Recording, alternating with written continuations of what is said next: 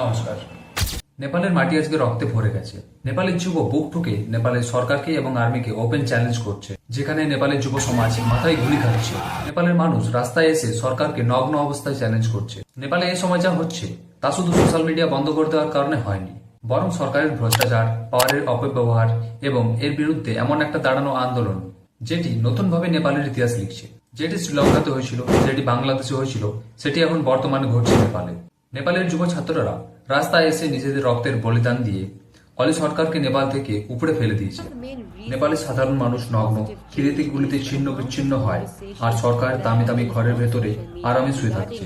যুব ছাত্রদের এরকম আন্দোলন দেখে সরকারকে ইস্তফা দিতে হয়েছে। প্রধানমন্ত্রী দেশ ছেড়ে পালিয়ে যাচ্ছে ইস্তফা দিয়ে। নেপালের আজকে এরকম অবস্থা কেন, আর কেনই বা অলি সরকারকে দেশ ছেড়ে পালিয়ে যেতে হলো ইস্তফা দিয়ে?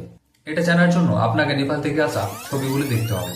এগুলিকে শুধু ছবি বলা যায় না, এগুলি সরকারের বিরুদ্ধে একটা রক্তে মাখা বই।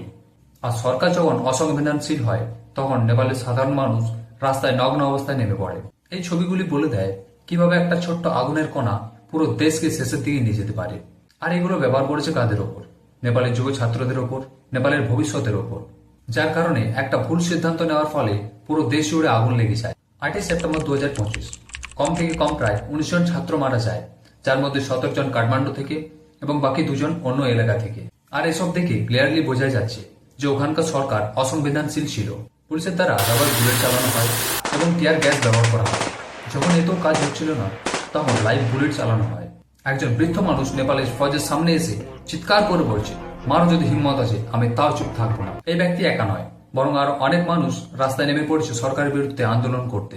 এই জন্যই কি নেপালের সংবিধান লেখা হয়েছিল, যাতে যুব ছাত্রদের আন্দোলন একটা মৃত্যু মিছিলে পরিণত হয়ে যায়। সরকার থেকে বলা হচ্ছে এই কোম্পানিগুলি নাকি নেপালে তাদের অফিস খুলছে না, নেপালের ট্যাক্সের নিয়ম মানছে না। আপনাদের মধ্যে কেউ যদি অজানা আছে নেপালের এই বিষয় নিয়ে যে কি কারণে হচ্ছে এইসব, এর মূল কারণ হচ্ছে 4 সেপ্টেম্বর 2025 নেপাল সরকার 26টা সোশ্যাল মিডিয়া অ্যাপস বন্ধ করে দেয়। Facebook, YouTube, Instagram, Twitter, Snapchat etcetera অ্যাপসগুলোতে লাগিয়ে দেওয়া হয় তালা। কিন্তু এই কারণের জন্য যে এত সব কিছু, তা কিন্তু একেবারে সত্যি নয়। নেপালের কিছু মানুষ বলছে নেপাল নাকি চায়নার বেশি সংস্পর্শে যাচ্ছে। টিকটক থেকে কয়েক লাখ ডলার ঘুষ নিয়েছে শুধু টিকটককেই নেপালে প্রমোট করবে বলে। বাকি সব অ্যাপসগুলোকে বন্ধ করে দেওয়া হয়েছে নেপালে। তার সাথে বেরোজগারি, সরকারের কারাপশনের জন্য নেপালের অবস্থা খুব খারাপ অবস্থার দিকে যাচ্ছিল।